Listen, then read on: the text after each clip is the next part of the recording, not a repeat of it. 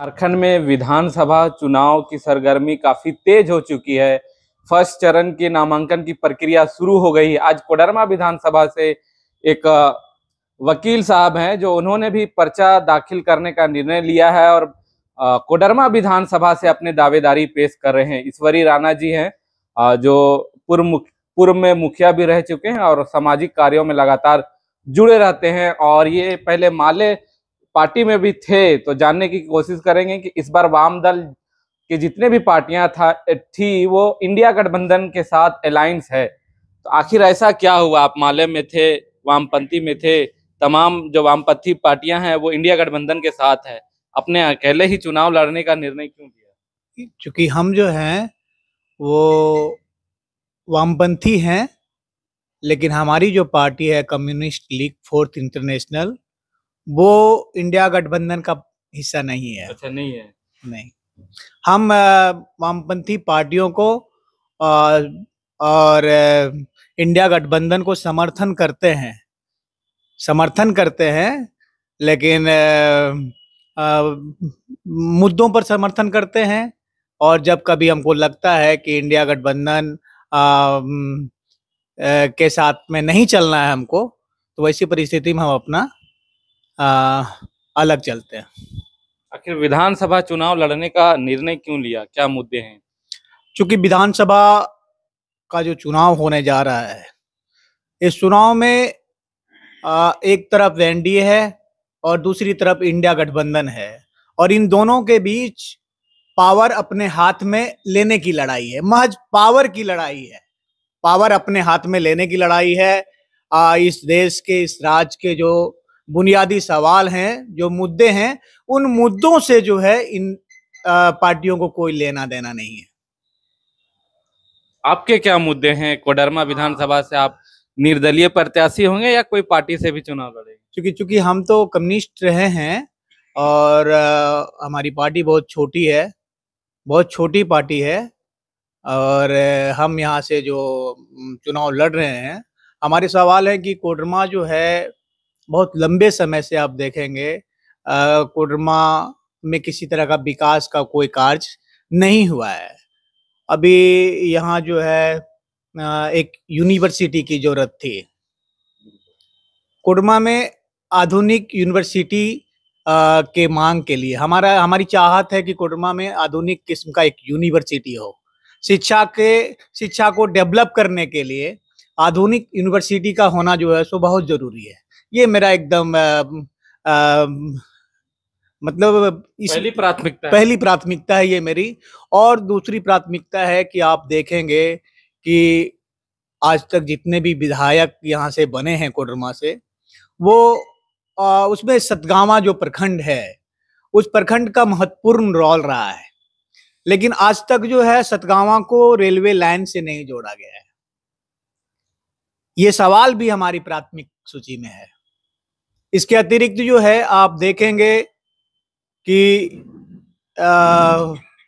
पूरे देश में मजदूरों की जो हालत है वो एकदम बदहाल है।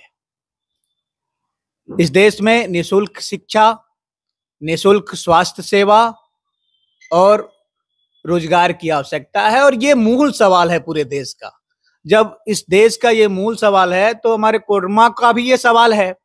और कोडरमा में जो है हम चाहते हैं कि हमारे सोसाइटी में, हमारे जिले में जो है निःशुल्क शिक्षा, निःशुल्क स्वास्थ्य का जो सवाल है, ये सवाल ये सवाल जो है महत्वपूर्ण सवाल है, और इस सवाल को हल करने की दिशा में संघर्ष होना चाहिए। आपने कहा कि मैं इंडिया गठबंधन को समर्थन करता हूं कई मुद्दों पर, तो इस बार वामपंथी पार्टियां जितने भी है वो इंडिया गठबंधन के साथ है, उन लोगों से आप कैसे अपने आप को अलग पाते हैं?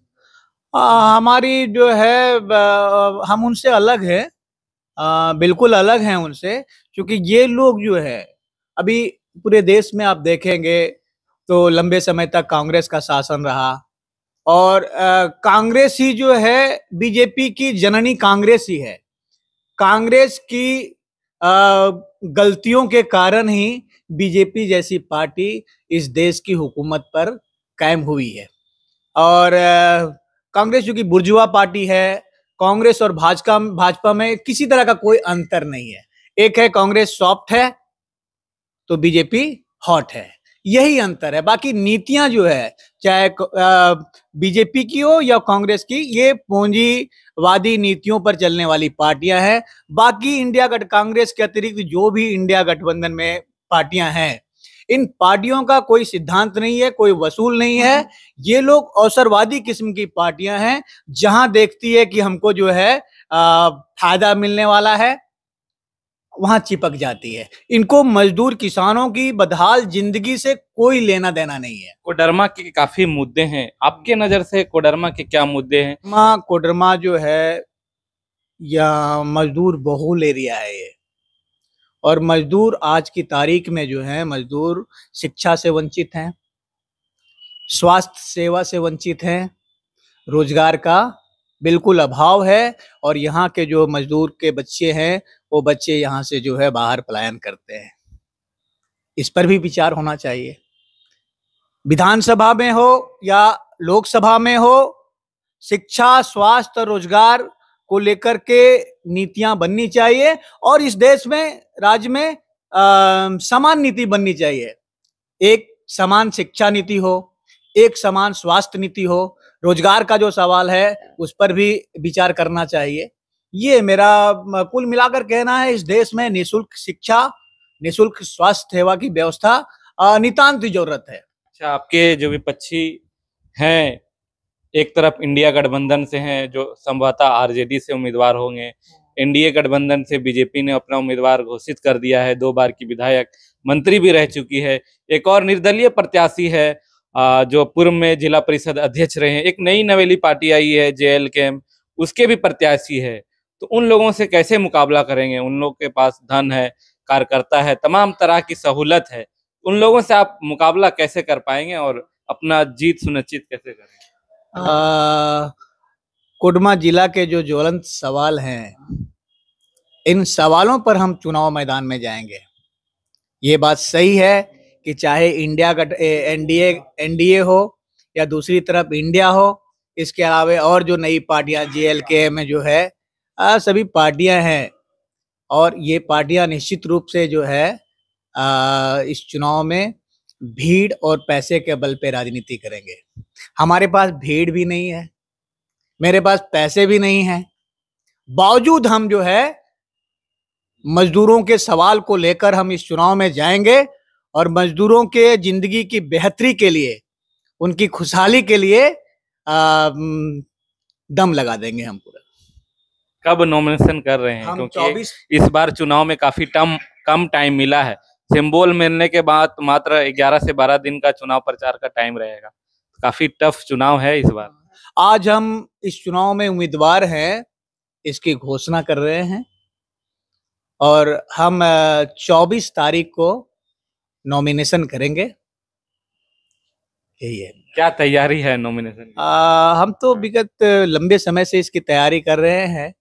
तो चुनाव की तैयारी कोई अलग से तैयारी थोड़ी करनी है। हम तो 26 साल से यहाँ जनता के बीच संघर्ष कर रहे हैं, कम्युनिस्ट पार्टी की राजनीति कर रहे हैं, जुल्म के खिलाफ आवाज उठा रहे हैं, और यही तैयारी है मेरी 26 साल से। फिर हमको नया तैयारी कोई थोड़ी करनी है। पूरे जिले में जो है, इस विधानसभा क्षेत्र में हर जगह हमको लोग जानते हैं, हर प्रखंडों में हमने जुल्म के खिलाफ आवाज उठाई है। एक सवाल, जो अभी चुनाव से पहले ही एक झारखंड सरकार ने एक योजना लेकर आई, मैया सम्मान योजना, 1,000 रुपए प्रत्येक महीना 18 वर्ष से 50 वर्ष महिलाओं को दिया जा रहा है। क्या इस बार जो चुनाव होंगे, क्या इसका असर देखा जाएगा? अच्छी योजना है ये, और इसके लिए झारखंड के मुख्यमंत्री हेमंत सोरेन बधाई के पात्र हैं। लेकिन मेरे समझ से ये जो राशि है 1,000 रुपया, ये राशि पर्याप्त नहीं है। 2,500 तो कर दिए दिसंबर से। 2,500 का 2,500 भी कम है, क्योंकि आप चाह रहे हैं कि और राशि मिले। ये जो महिलाओं की मजदूरी है, खासकर माँ की, मैया सम्मान योजना, माँ की जो मजदूरी है, ये दुनिया की सबसे मेहनती जो है मजदूर जो है, वो कहिए तो माँ ही होती है। इसलिए माँ को अगर आप सम्मानित करना चाहते हैं तो माँ को 1,000 2,500 के बजाय 20,000 रुपया मासिक वेतन उनका होना चाहिए, क्योंकि माँ से बड़ी मजदूर इस दुनिया में कोई नहीं होता है। इसलिए माँ को अगर मजदूरी देनी है, सम्मान देनी है, तो उसको 20,000 रुपया प्रति माह वेतन देना चाहिए। तो ये थे हमारे साथ ईश्वरी राणा जी, जो आज इन्होंने विधानसभा चुनाव लड़ने की घोषणा कर दी। आज प्रेस कॉन्फ्रेंस का आयोजन किया था जहां इन्होंने घोषणा की और संभवतः 24 तारीख को ही ये अपना नॉमिनेशन कराएंगे। तो अब देखना है कोडरमा की जनता किसे चुनकर अपना विधायक बनाती है और विधानसभा भेजती है। तब तक के लिए देखते रहिए द न्यूज़ खजाना। जोहार।